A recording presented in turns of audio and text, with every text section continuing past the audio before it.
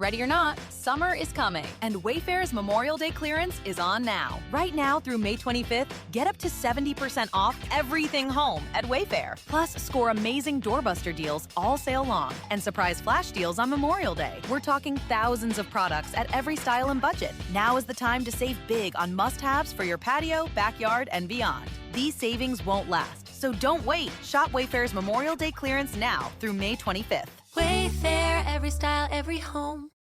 It's time for the Larry H. Miller Utah Summer Games at Southern Utah University in Cedar City. Register today to participate in the 40th anniversary season of a Utah sports tradition at utahsummergames.org. Participate in over 50 sports around the state. Then plan to join the opening ceremonies Friday, June 5th, presented by State Bank of Southern Utah. Register today to participate in the 40th anniversary season of the Larry H. Miller Utah Summer Games. Hey, it's 10 a.m. and this is Utah's best sports radio. Say my name. You're locked on to Scotty G and the coach, Tim LaCombe, presented by Mountain Land Supply on 97.5, the KSL Sports Zone. Hey, let's get it, folks. 97.5, the KSL Sports Zone. Scott Gerard, the coach, Tim LaCombe. How are you, sir? Great, man. It's another week. It's great to be with you. A lot going on the weekend. And certainly we missed you Friday, but we got through it. We went through it. We were at your guy, Tim Daly Mazza. He was actually at Disneyland himself. Oh, Jake wasn't there? No. Okay. So I don't feel bad then. Quick and painless. Yeah.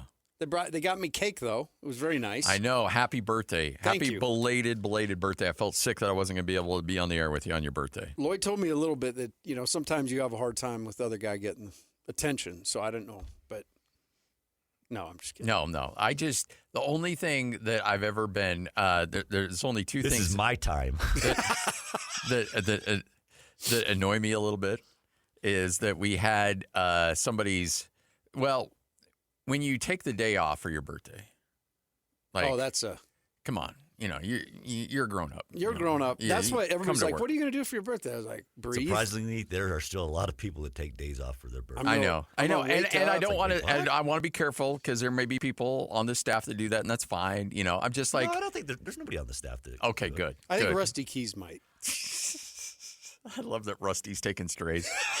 We got to have a nemesis. And then we had somebody who decorated the studio for their significant other on their birthday, and this person was like 82 Wait, do we years call old. a girlfriend a significant other? Oh, Yeah, it wasn't really a significant. yeah, no, that's true. It was oh yeah, I need more intel on this during the It was break. just like somebody you're dating. yeah, and they came in and wanted to decorate, and we're like, no, we're grown ups here. Like we don't old do baby that. Everybody's pictures.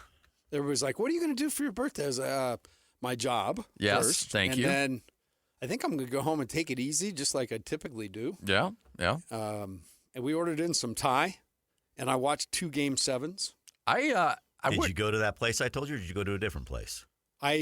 Tell me the name of the place you told me again. Arun? Yes, it was amazing. You did do a Arun? Absolutely. On 47th? I just had them deliver. Boom. Bam. It was unreal. Thank you. You're welcome. What's your Thai of choice? I just did pad Thai. Yeah, okay, But they smart. made, I don't know what it was, but they had this sweetness to it. So it was hot and sweet at the same time. Man, it was great. So anyway, watched 2 games and called it a night. We have a couple, our next door neighbors that we'll go to dinner with like 2 to 3 times a week. And we got on this Thai kick. And then after a while, me and Jeff, the husband, we were like, okay, we're all tied out, man. We can't do this anymore. The restroom just can't handle this anymore. Like there's a moment where it's like, okay, we gotta step away from the Thai a little bit. But I for the most part, I'm a big Thai food fan. Are you a curry person? No, I'm a pad Thai. Me too. Yeah. I like noodles and fry and protein. Yes, sir. Yeah. Yeah, absolutely. So anyway, it was a great weekend. Did a bunch of work around the house. I did kind of what you did last week on Saturday. Just got the things looking good. How's the new yard? Because sometimes you got to make it your own. Yeah, you got to get we're after in it the a midst little bit. of that, but it's a ton to work with and in good shape. Oh, okay. It's in I'll decent shape. I'll bring the chainsaw out. We'll get after it. I might need you one day as we decide. But one thing that was cool, I don't know if you've ever seen hops before, but they this person was growing hops in the backyard because Really? they brewed their own beer. I was going to say they're doing their own beer. Nice. So the way you string hops up and they grow up, Yeah. and so we've got our whole back fence is, hops, and I don't know what we're going to do with them, but they're aesthetically nice. Okay. So we're going with the aesthetics. Nice. And if there's any beer brewers out there That need some that hops. need some hops, and we'll have some hops. Now, there's some guys that do homebrew. That's taking homebrew to another level Whole when you new- grow your own hops. Yeah, he's in the thing, in the note he left us. He's like, man, it's been like 7 years of just great homebrew. So, something to maybe even start to mess with. But Maybe, right now, yeah. the ingredients are just we're growing against the fence. Maybe you got your own hops business. That's right, Coach's Brew. Scotty G, the brew for you. All right. A lot to get to on the show today. Just past 10 o'clock, so let's kick it off. Starting a lineup right now. It's time to kick off the show with the biggest headlines of the day. This is your starting lineup on 97.5, the KSL Sports Zone. Mitchell to the half-court line. Donovan unloads. Baked it in! He baked it in to close out the quarter. Donovan Mitchell from half court. How about that? 47 feet away. Back to Allen, over his shoulder to Merrill. Merrill fakes the three, shoots the three. Got it! Sam Merrill, corner three ball. That extra pass, Tim. Cavs back on top, 16-13. Well, we got a lot to break down. Game 7, and the Cleveland Cavaliers pick up a blowout victory in game number 7. Final score 125-94.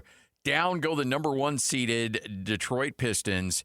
And look, Donovan Mitchell, 26 points. Awesome for him. But how about Sam freaking Merrill? Sam Merrill is a freaking stud. 23 points. 5 of 8 from beyond the three-point line. Sammy punches the ticket into the Eastern Conference Finals with a huge performance. You've seen that dude do that in big moments, time after time, not just the ones we know, but regular season games when it's right there and Sam needs to hit a big shot. I've been watching him do it all the way back to Bountiful High through all those AAU years. What an awesome thing. And he deserves a day where we do a whole lot of talking about Sam Merrill because he went out there in the brightest of lights with a team like Donovan's never been able to get past that round. And get to the Eastern Conference Finals. And good for Donovan, too. Yeah. I mean, Donovan took that game on, had 8 assists. It really started the game just distributing the ball, but 0 turnovers in that game, too. Thought he played great. But they don't win that game if Sam doesn't go crazy. And he went crazy. He had a 4-point play, got nicked on the foot on a shot that went in. So we're thrilled for him. And I just got a text, Scotty, that you had reached out, that we both reached out. We're going to have Sam Merrill on the air today. He's going to come on at 12:30. Nice. All right. So we will have Sam Merrill. And you know what? Sam and I share something else. We share a birthday. Yes. His birthday was Friday. So for my birthday, I got, the John Bonham Led Zeppelin experience. And Sam Merrill got 5 threes in the Eastern Conference Finals. Now, if Sam Merrill never does another thing, which, by the way, he'll do a lot. He's going to do plenty. Do plenty. But if for whatever reason he doesn't play another minute of the NBA, that's a game that you can always tell your grandkids about. Oh, dude, you are squarely in the NBA lore. Big thing for Cleveland, who has not been to the Eastern Conference Finals since 1992. Yeah. So big stuff happening. And I said in the beginning of the series, Scotty, that I thought Detroit would win because they just did too much damage in the paint. Well, in Game 7, the points in the paint, 58 points for the Cavs.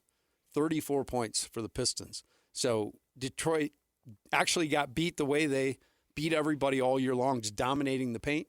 And I thought Cleveland played much better defensively in the gaps, made it harder to get to the paint. The Pistons really struggled to score, which has been a season-long thing. And Cleveland gets the upset on the road. So imagine as a competitor, and we'll ask Sam about this coming up here in about 2 hours from right now, but imagine as a competitor going to the Eastern Conference Finals, someplace that nobody expected you to go, and you're taking on a Knicks team in Madison Square Garden. You can't write a script as a competitor more exciting than that. No, and Donovan gets to go home. Yes. Johnny Bryant, who's I coached at the University of Utah as the associate head coach, coached the Knicks the last few years. He's going back to New York against all those guys that he knows. It sets up great. I actually like this better than the New York-Detroit idea. I do too, because that would be a slog. It would be a slog, and Detroit's just due for a couple of 90-point games and ugly games, and which tells you they've got to go figure out a way to get a little more dynamic if they make their next run. But Cleveland's really going to test New York, and they've got a lot of reasons to want to win. So it should be a really fun Eastern Conference Finals. No, absolutely fired up for this one. So your conference finals are now set. So Cleveland moves on, and they will take on the New York Knicks. Knicks are going to be heavily favored in this series.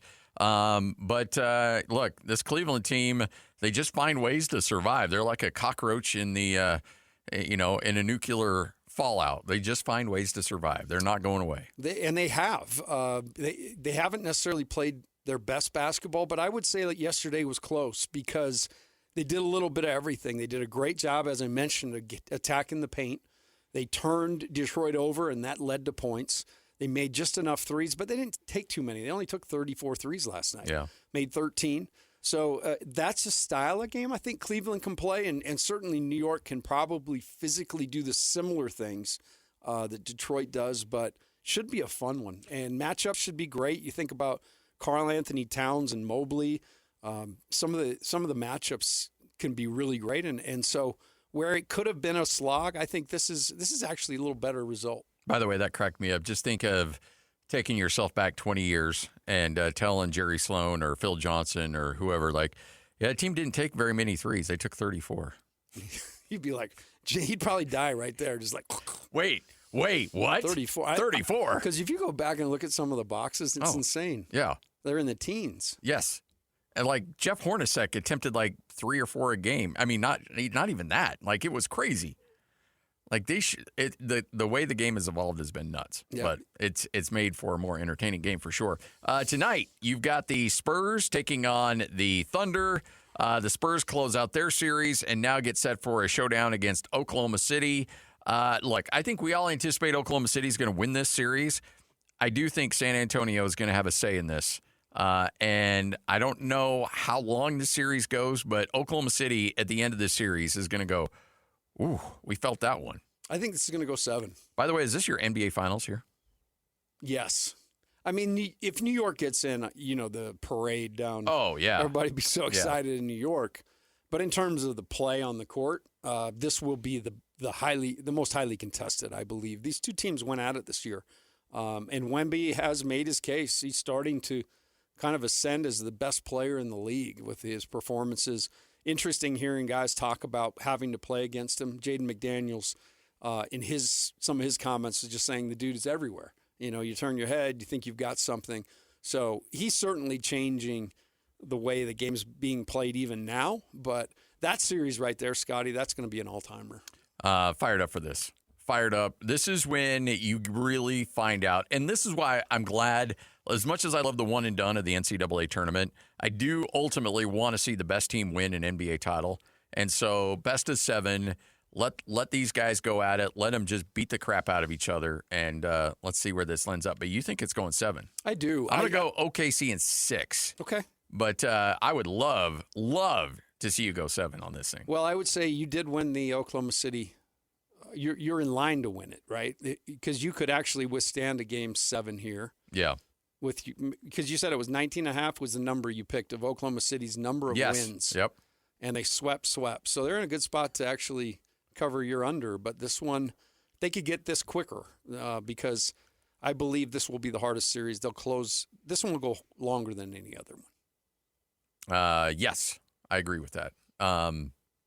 But OKC is just putting on a clinic. And I don't know if – okay, so from your perspective as a coach, we hear this all the time, and this is why I love to get perspectives from guys that have actually been in the game instead of us talking heads that just run our mouth. The rest versus rust thing. They've just sat back and waited, and San Antonio just got out of a dogfight. Is OKC better for it, or would they rather, when they've ripped off 8 in a row and they're just cruising, would they rather have just kept playing? No, I think they're in a spot right now where everybody's kind of reacting to them. Mm-hmm. I feel like they bring a level of physicality that doesn't matter whether they're rested or not. So I think they're fine. The biggest issue they have is the Spurs beat them 4 out of 5 this year. Yeah. So there is an inherent matchup issue here. And that's what they're going to have to crack in the series. The length is superhuman. And the role players, you got Steph Castle playing in crazy high level. Dylan Harper punching way above his weight as a rookie. Certainly Wemby is doing what Wemby does. You got Devin Vassell, who's been great. Keldon Johnson coming off the bench has been great. So this is a really interesting matchup and one that OKC's got to feel a little bit nervous going into just because of the results this season. You have to, right? I mean, I know regular season, sometimes you take it serious, sometimes you don't. There's various levels of motivation, but when a team gets you 4 out of 5, that's going to get your attention. I mean, UNLV this year, right? They beat the Aggies one time? Both. They beat them both. So there's a perfect example. Wait a minute. No, did they split? And wow, why am I spacing that? The whole season. To me, it seems I think because it seems like they beat them twice. Yeah, I think they did, and then they went to down there and got them in the tournament. But my point being, it's weird to see what each team struggles with in the league because it's different, right? Because it's inherently the makeup. The length and the approach of the Spurs has given OKC trouble. And they haven't had much trouble this year. They've been able to, like I talk about, they don't play with their food. So this is going to be interesting because they go in mentally thinking, these guys kind of got our number. Yeah. And that's weird for them. So it'll be interesting to see how they play through that. By the way, I did not post it, but I had a video of the final game of the regular season for Utah State, and I had a camera rolling when we were interviewing Jared Calhoun. And essentially, Spencer Nelson and I told him that the way that the game had played out, that most likely Utah State was going to get UNLV in the first round. And over the air, he was like, "Oh, you know what? Well, we got to do it." And then, but on camera, and I didn't post it because I knew he'd lose his mind. He's just like, what do I got to do? I'll show it to you during the break. Everything was a grind for him, man. Oh man, it was. But I'm like, I probably won't post that because the body language wasn't great. But Utah State found a way to get it done. I remember you sent me that and just watch how he responds. That was awesome. So the Final Four, are these the 4 best teams in the NBA? Well, I think probably because Boston's out and Detroit's now out. Yeah, Boston was an anomaly. I feel like Boston kind of cheated this year and just had a great year when they were supposed to not be great. I didn't know for sure how Tatum coming back, how that would all assimilate. He actually played well, but sometimes they just don't have what it takes to make it. So I would say right now, with the star power and everything else, this probably is about as good as you could shake it out. And I know that, for a league that a lot of people say they watch a little bit, they watch a little, they don't watch very much, I think people will tune in to these series. They should. I mean, you absolutely should. And then if the finals does include New York, I think regardless of the other side, it's going to be a winner because it just seems to be population kind of will jump in on that one in New York. The corporate offices back there will shut down for the day. It'll be a big deal. Yeah, there's going to be a lot of if New York punches their ticket into the NBA Finals, it doesn't matter who they're playing, whether it be San Antonio or Oklahoma City. The guys back in the league office are going to be having a little bit of a celebration. Make no mistake. They're punching their ticket. New York is getting They may in. just find the Jazz $50,000 for the hell of it. Yeah, just like, hey, you know what? We need a pizza party back here. Let's. What did they do this time? Let's figure out something that we can bang on the Jazz for. We gave them the number 2 pick. Well, they got to be worried about. Yeah. Last time the Knicks played in the NBA Finals. Anybody? Okay, that would be would it be? No.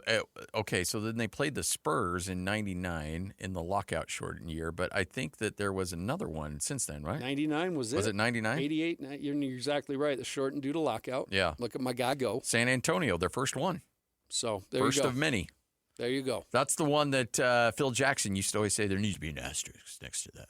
I was watching was it Houston, New York when OJ's chase got superimposed? I was in an airport in Atlanta in the Crown Room watching some of the game and this white Bronco. I couldn't tell why are they following that? And then I got closer. Oh, that's OJ. They broke out of an NBA Finals game. To show OJ on the freeway. Hakeem Olajuwon versus Patrick They Ewing. split-screened it.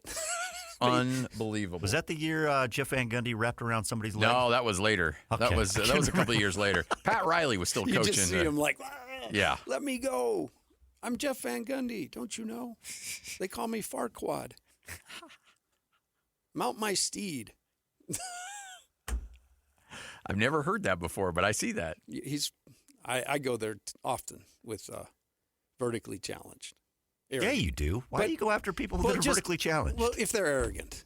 If you're arrogant and vertically challenged, you get it. For me. Oh, okay. Like I go after Musselman. Oh, yeah. Like Moss and, what's his name? Cronin. Mick. Yeah. Mick. Well, that one's very easy to go after. That's what I'm saying. I don't like the small guy at Iona that made it. I'm all for him. Go get him, kid. Yeah. But yeah, if you're gonna have a little attitude and be that way, Napoleon complex. we'll call it out on you. Yeah. Is that okay? No, I think you're totally fine. You're well within your rights on that one. Sorry if that offends. For all the short people out there that are jerks, we don't feel sorry for you. But I do believe short people have a reason to live. I'm not with that song. You know that old song. You remember that old song? I do not. Short people got no reason. Yeah, I remember that song. All right, 1025, 97.5, the KSL Sports Zone. Scott Girard, the coach, Tim Lacombe. Coming up next, hey, we got a Masters that's in the books with a very popular household name bringing home the PGA Championship. What about Major Tour? And we'll give you an update on the major pain in the butt. Well, Alex isn't here, so there's no point of bringing it up. I think we should talk about it. Look at that. My guy. 97.5, the KSL Sports Zone. If the world were like a Sleep Number mattress, everything would adapt for your comfort. Because as your life changes and your body changes, Sleep Number mattresses adapt and shift to give you personalized comfort night after night. And now everything's on sale during our Memorial Day event. Save up to $1,200 on mattresses, plus free delivery when you add a base. Ends Monday. To experience a whole new world of comfort, visit a Sleep Number store or go to sleepnumber.com. Sleep Number. To a good life sleep. I sold my car in Carvana last night. Well, that's cool. No, you don't understand. It went perfectly. Real offer, down to the penny. They're picking it up tomorrow. Nothing went wrong. So, what's the problem? That is the problem. Nothing in my life goes as smoothly. I'm waiting for the catch. Maybe there's no catch. That's exactly what a catch would want me to think. Wow, you need to relax. I need to knock on wood. Do we have wood? Is this table wood? I think it's laminate. Okay, yeah, that's good. That's close enough. Car selling without a catch. Sell your car today on Carvana. Pickup fees may apply. Accessing. The best radio in Utah is right here. This is Scotty G and the coach, Tim Lacombe, on 97.5, the KSL Sports Zone. Where are you at on Green Day? Love Green Day. Okay. Yeah. They get after it. Yeah, they do. This album, Solid, Dookie, is certainly one of my all-time favorites. They get the heart rate going, man. I like those guys. Brought a little something different, too. Little, in your face. Those guys drop, they may only know 4 or 5 chords, but, man, they make them count. A, G, B, D, and E has never sounded so good. Yeah. And don't try to cut them off on stage either. Remind me that story. That was the radio thing, right? Yeah, that was radio. Vegas. Yeah, he was up there and apparently he was being counted down. And they said, and it's like, you're only going to give me 30 seconds? Do you know who I am? And he lost his mind. I'll send you the video. Oh, wow. Started smashing his guitar. Billy Joe got a little upset, huh? Not happy. It was an iHeartRadio thing. It was. Yeah. It was, and he was not happy. Yeah, well, there you go. People, you look. That's what. Man. That's how you and I are when Lloyd says you got to go to break. We're like, no. Imagine you freaking out if they're just starting to throw stuff. Oh, he Lloyd's does. Counting you down. I've never seen it. He throws pens, you name it. See all those marks on the window? I'm trying to put on a good, appearance here for Coach. We're turning over new leaves here. You know, it's like when you move into a new dorm at college. You got new roommates. You're like, you know what? I can be a new person. Everything in the past is in the rearview mirror. Can. Now I can reinvent myself, and I am now a calm, placid, just down to earth human being. The coach thinks I am. Although Coach mentioned a little earlier, he's a little concerned about my well-being mentally. Ain't that the truth? I did not see that coming because I didn't see Scotty being that type of guy. But I mean, maybe. I was wearing the horn rim glasses, so naturally thought that I could go falling down. Falling down on pressure some does place. crazy things to people. Great movie, by the way. If you kids out there, if you haven't seen Falling Down, go watch it. Hey, make sure to join the show. Coming up on Wednesday, we will be at a Bar W Beef, not in Nephi. No. Spanish Fork. The Cal Ranch store in Spanish Fork will be one of their pop-up locations, so you can swing by the truck, fill it up with all the beef that you could possibly think of, and take it home and get ready to go. Bar W Beef, again, pop-up remote in Spanish Fork, coming up on Wednesday from 10 to 2. All right, I have not tallied it up. I do not know the results, Lloyd, of the major pain in the butt. It looks like somebody did on the sheet. Oh, did somebody tally it up? Yeah, I don't know who, but I don't either. Yeah. So let's start. If it wasn't me that won, I'm not going to tally it up. Let's start with fourth. Who finished in fourth? Lloyd. Lloyd finished in fourth. Whoa, are we sure? Yeah. Well, I don't know. It sounds like you didn't tally. So Are we sure about that? So this is the way I was told this works. Is if you make the cut, you get your score. Okay. If you don't make the cut, you get the bottom guy. Of the guy that did make the cut. Right. Yep. So both me and Annapolis both had a guy that didn't make the cut. Right, and so that was a -10. Okay. And you actually had an awesome. Xander and Rose were phenomenal. Pretty good. So you were 7, and then that 10 makes you 3. Okay. And Auberg and Goddard were also great. Oberg, sorry. But Bryson brought him down. Yes. So he was +2, so he's third. All right. Scotty, you finished at an even. All right. I'll take that. Fowler did make the cut, but, he brought anything that Rory and Young did, which was great. Yeah. Brought you to 0. And then Scheffler, Fitzpatrick, Thomas was a -9. Woo! That's not too shabby. Not right just there. winning. You stayed under. Yeah. And not only stayed under, man, you doubled, tripled everybody up. Yeah. Well, but the trick was you just can't avoid having one guy that's you can't not make the cut. That's the trick. You don't. And it could have easily been Fitzpatrick day one, but he kind of fought it, and Fleetwood, unfortunately, did not succumbed. Yeah. And somehow we had a guy that wears 2 gloves that won it all. I'm so happy because they say that guy is the nicest dude on tour. And I love good stories about nice guys. Yeah. And he has iron covers. Did you read the story about the iron covers? Yes. Because he respected it so much because it cost him money and he wanted to make sure they were taken care of. His dad apparently was maxing out credit cards right and left to make sure he had the best equipment. And so he always had iron covers because he knew how much his dad spent to make sure that he had the best clubs and the sacrifice his dad made. So even now that he gets free clubs and the best of the best, he still puts iron covers on just to shout out his dad and show that I appreciate what I have. Pretty awesome. Great story. Great story. And what about the 2 gloves thing, though? Have we heard an explanation on that? Because that's kind of weird. I have not dug into that of why he does that, but it is odd to wear 2 gloves. Like, I feel weird because a lot of people take their glove off when they putt.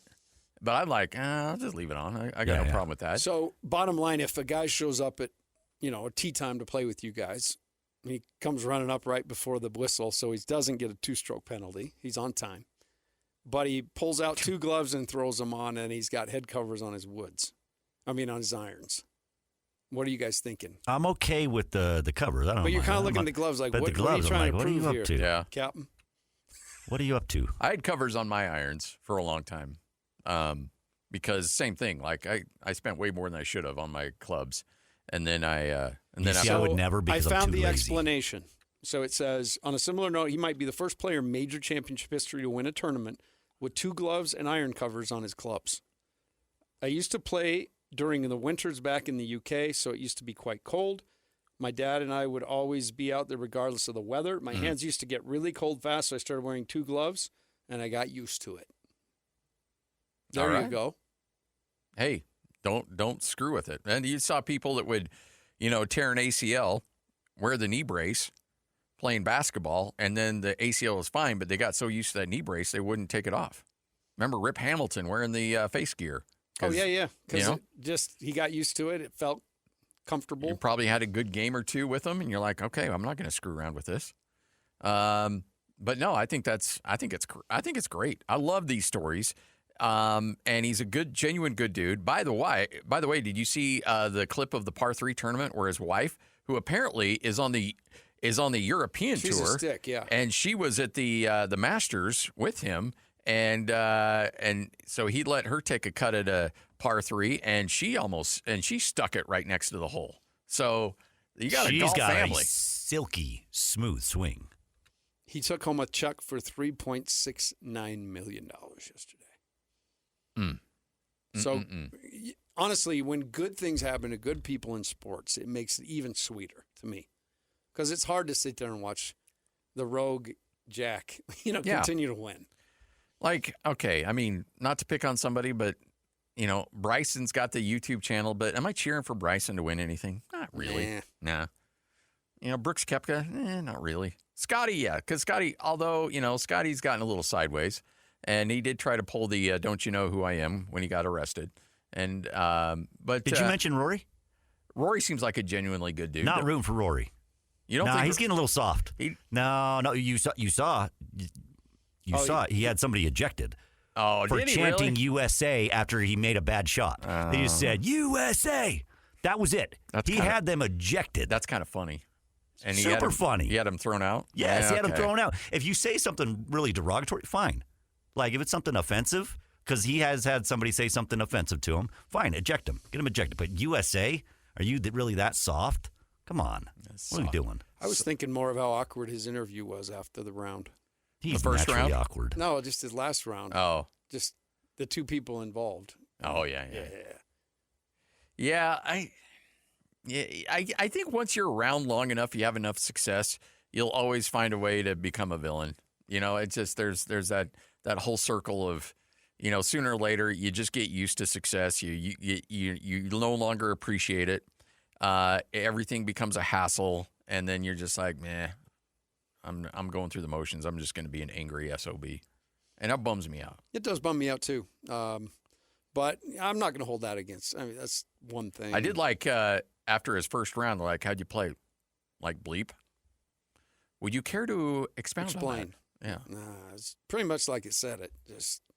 Just lays there and doesn't look very good. No. And you just step in it, it's worse. It's a masterpiece in dog bleep. That's the Will Hardy line of the century. The greatest line. Greatest line of all time. All right, so with a player that you hadn't really heard of that isn't a household name, when he ends up going on a heater like he did yesterday, especially with that putt on 17, are you more likely to enjoy that when it's a nobody, or are you less likely to watch because it's a nobody? No, I like to watch guys do something like that, especially that field. When you looked at Friday, Saturday, the way that the names were lining up to make a run for it. And then he just played way better than everybody else and took everybody to, head on and to task. And I love that story because that's how a name's made. Yeah. A guy does that. Sometimes these guys win one and they go away. And we'll see if he can continue to build on it. But to me, that first time thing and the story behind it is almost as, I'm speaking for me, is almost as interesting as somebody like, Scotty winning. Or the other thing I would have loved if Spieth would have won. And just for the story. I like the story in golf. And that's usually what it is. But I think this guy could be a story in himself because, you got the dad factor, you've got the humble beginnings, you've got the wife. I mean, there's so many really cool storylines to this guy. And so, let you behind the scenes here a little bit, and I probably shouldn't. But so DJ, we're talking a little bit about it, and DJ goes, hey, you know what? Nobody cares. Guy, there was no emotion there whatsoever. Doesn't move the meter. And that might be true. But I like it. That's the reason I did like it, is because it's not a household name, because it's a nobody, and it kind of makes you feel like, hey, we like to root for the underdog, right?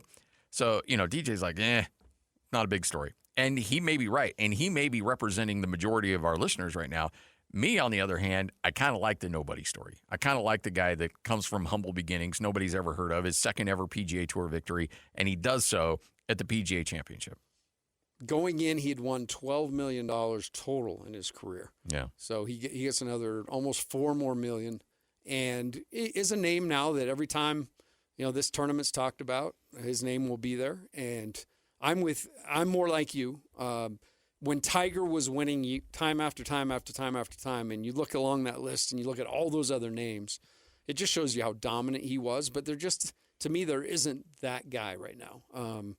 There are guys that step up, but, for whatever reason, Scotty Scheffler, these guys make a ton of money, and how hungry do they stay, Yeah. So that's the big question. But for me, yesterday it was really enjoyable. I enjoyed watching that dude run away with it. And that he did in a big, big way. So, by the way, that putt on 17, come on. You kidding me? Come on. And the one thing, I'm glad they showed the other angle of it from his perspective, because you just see that top angle that they show. It doesn't really show the undulation. It doesn't show the movement and all the, the hills that everything had, the elevation changes. You don't see that. And then when they showed the ground level from his perspective, you're like, how in the world did he even get that close, let alone drop it? The way the pin was, you couldn't hardly even see it. I love that, and I think the thing about those big moments, like he could step up there and just in his mind think, I'm going to knock this close, but he hold it, and that's the difference. And those greens, to me, watching them all weekend, that was fascinating for that very reason. There was no gimmies. Even a 3 or 4 footer could be crazy. So, just all those guys out there showing why they're the best in the world. And the cream rises to the top at the end, and it's a new name and a guy with 2 gloves and head covers. You think you could break irons? Could you break 100 on that course? No, not even. I couldn't break 106 holes. I'm serious. You look how far. Can't break 100 in the local munis right now. No. Coach can. I can't. I don't know. I haven't played in a long time. I'm coming off a broken wrist last year, so would have to see. I usually can break 100 on a good day on a muni course. But on that, like you're talking about 550-yard par fours. Yeah. Hello. I wouldn't even be like, there would never be a green in regulation. I would just be hitting and hoping. Hitting and hoping. All right, 10:45, what you may have missed coming up next, 97.5, the KSL Sports Zone. Mom, can you tell me a story? Sure. Once upon a time, a mom needed a new car. Was she brave? She was tired, mostly. But she went to Carvana.com and found a great car at a great price. No secret treasure map required. Did you have to fight a dragon? Nope. She bought it 100% online. From her bed, actually. Was it scary? Honey, it was as unscary as car buying could be. Did the car have a sunroof? It did, actually. Okay, good story. Car buying you'll want to tell stories about. Buy your car today on Carvana. Delivery fees may apply. Laco, presented by Mountain Land Supply on 97.5, the KSL Sports Zone. 97.5, the KSL Sports Zone. Scott Girard alongside the coach, Tim Lacombe. I was like, man, something's wrong with my mic. And then all of a sudden realized my headphone jack had popped out. There we go. All right, so your NBA Finals, we were down to the Final Four. We got a PGA Championship. The draft work continues on. Now, back in the day, we used to have access to everybody that came in for a workout. Danny Ainge, Nick Stat said, why would we publicize that? And I totally get it. Like, I am a big believer in coaches and the secretive nature in which they work. As much as I would love to have access to every player that comes in, and used to be a really big deal. Like, all right, hey, this guy's coming in. Media availability would be at 12:30. Everybody stands around with their mics, records the guy, and the likelihood of that guy becoming a Jazz man was very slim. But at least we got to talk to everybody. This year would be fantastic. I remember the year that Jimmer was going in the draft. Who was the kid from UConn that the two of them always had? Kemba Walker. Yeah, Kemba Walker. The Jazz had Jimmer and Kemba Walker in for a workout together. And at that point, the Jazz front office actually invited key sponsors to come in and watch the workout. And by the way, apparently that was a legendary workout. It was. I actually was there, and it was legendary. And but now everything's kind of hush-hush. So the Jazz will have a chance to work out all these guys. I would imagine every agent's letting their guys come in and work out for the Jazz, or at least come in and interview with the Utah Jazz. Remember last year, Cooper Flagg wouldn't come because the Jazz were picking fifth.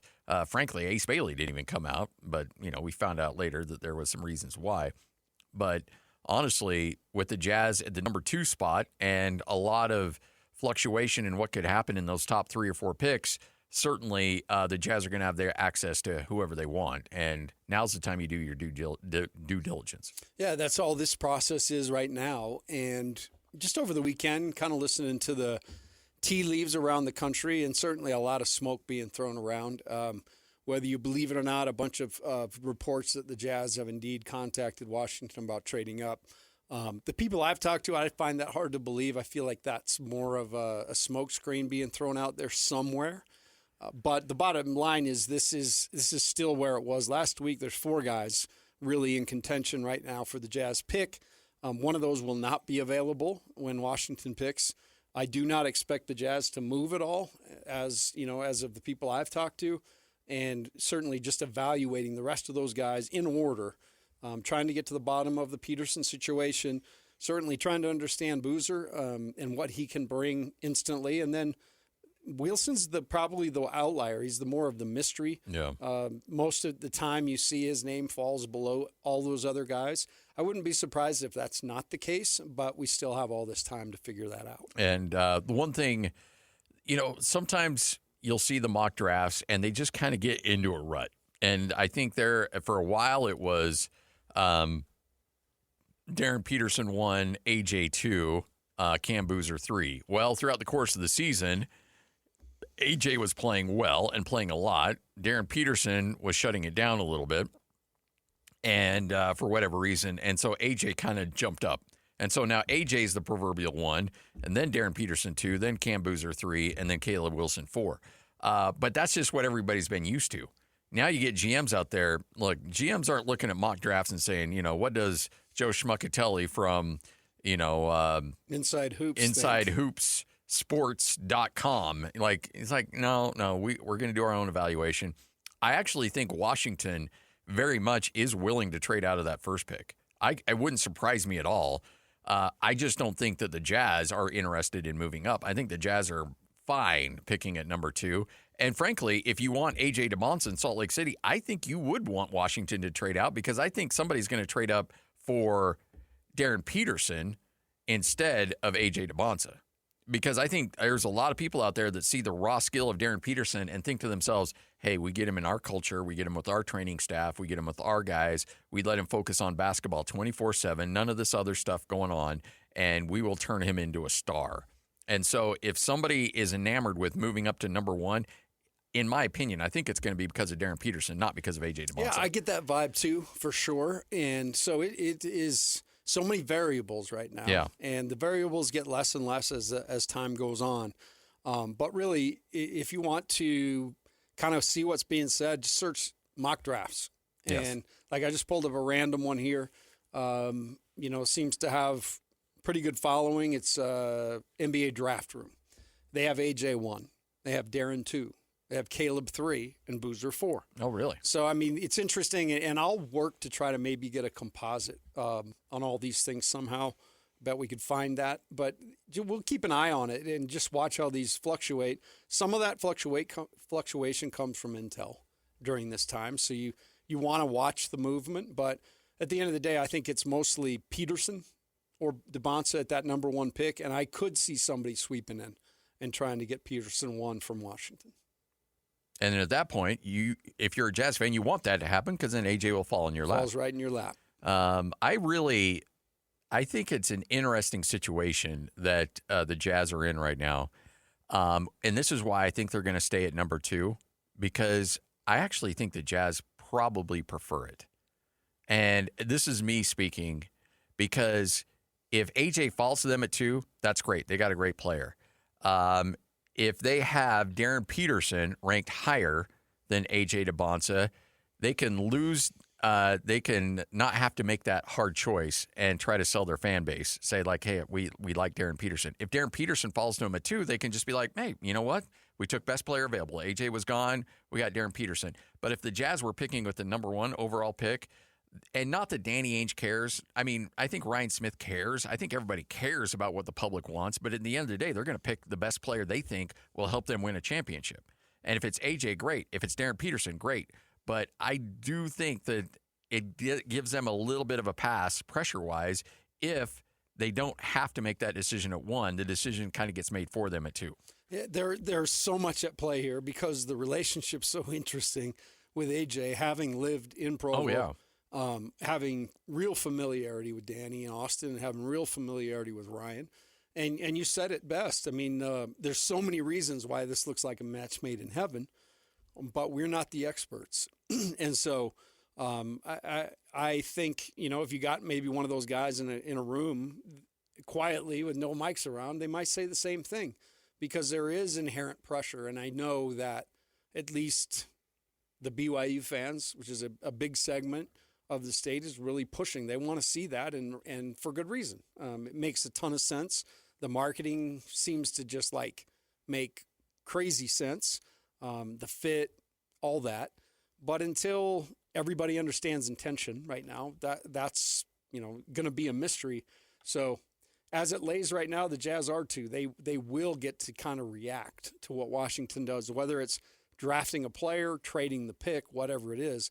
But the Jazz, they've got to feel really good because there are 4 bona fide all-stars there. I think those guys could all be, at some point in their career, an all-star should happen for those guys in being picked in that spot.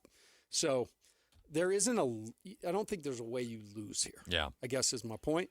And unless there's just, hey, we have got to have that guy for whatever reason, and that may exist. Who knows? But I don't feel like it does with the Jazz. I feel like they can make hay with a handful of these guys, and we'll just see how that first pick plays out. We're really in a waiting game here. As soon as you saw the Jazz envelope not being opened at number 6, the Jazz won.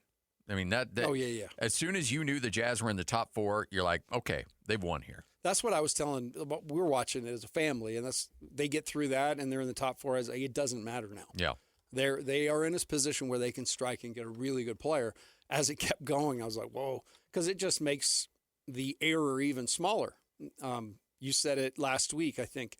They get to sit back, and Washington gets to take one crack at this thing, and then the board is the Jazz. It's a heck of a place to be. Yes, especially when it's, like last year, it was Cooper Flagg, and, there was a big drop-off after Cooper Flagg. The year before, it was Victor, and then a big drop-off. Now, I know they're, look, Dylan Harper and Edgecombe and Con Knippel were all great players, but, Cooper's going to be at another level before it's all said and done. Obviously, Wemby's at another level. And so the Jazz don't have that situation where there's one elite guy and then a bunch of other people underneath. There's 4 guys there that I think will all be all-stars and could all 4 of them be Rookie of the Year next year. And depending on who you listen to or read, that guy in the top spot, for different reasons. It could be Boozer based on his analytics. It could be, Darren Peterson based on his pre-Kansas time. Could be AJ based on his body of work at BYU and everything else that goes with it. But I'm telling you, Caleb Wilson, there's some mystery to this guy. And I do believe he will. I don't think he's going to go 4th. Let's just put it that way. I think he will find a way to jump somewhere. And that's just my gut right now. But I feel like he's going to be a guy that's intriguing because he's 6'10". Yeah. He's untapped in terms of his potential athletically. He's got a 7'1" wingspan, and he's just so raw. I mean, the player comps to him, Kevin Garnett, guy, if you got to think back, but Sharif Abdur-Rahim, who was very, very good back in the day. Yeah. But that's the kind of guy you're talking about. All right, 11 o'clock straight up, 97.5, the KSL Sports Zone, fresh off a 23-point performance in Game 7 of the Eastern Conference semifinal. Sam Merrill will join us coming up at 12:30 right here on 97.5, the KSL Sports Zone. Ready or not, summer is coming, and Wayfair's Memorial Day clearance is on now. Right now through May 25th, get up to 70% off everything home at Wayfair. Plus, score amazing doorbuster deals all sale long and surprise flash deals on Memorial Day. We're talking thousands of products at every style and budget. Now is the time to save big on must-haves for your patio, backyard, and beyond. These savings won't last, so don't wait. Shop Wayfair's Memorial Day clearance now through May 25th. Wayfair, every style, every home. Summer is all about freedom, fun, and growing up. And between the ages of 9 and 13, kids are starting to form their views about alcohol. With more independence, their still developing brains need more guidance and support than ever. That's why summer is the perfect time to stay connected and plan fun, safe family activities together. Research shows kids who spend quality time with their parents doing what they enjoy are less likely to drink underage. And when kids feel close to you, they're more likely to listen, especially when you set clear expectations. In fact, kids who drink before 15 are far more likely to struggle with alcohol later. This summer, create a no-bummer summer with fun, alcohol-free activities for your kids. Go to summer.parentsempowered.org to take a quick quiz and discover ideas tailored to your family. A little time together can make a big difference. For more information and to learn more about how to prevent underage drinking, visit parentsempowered.org.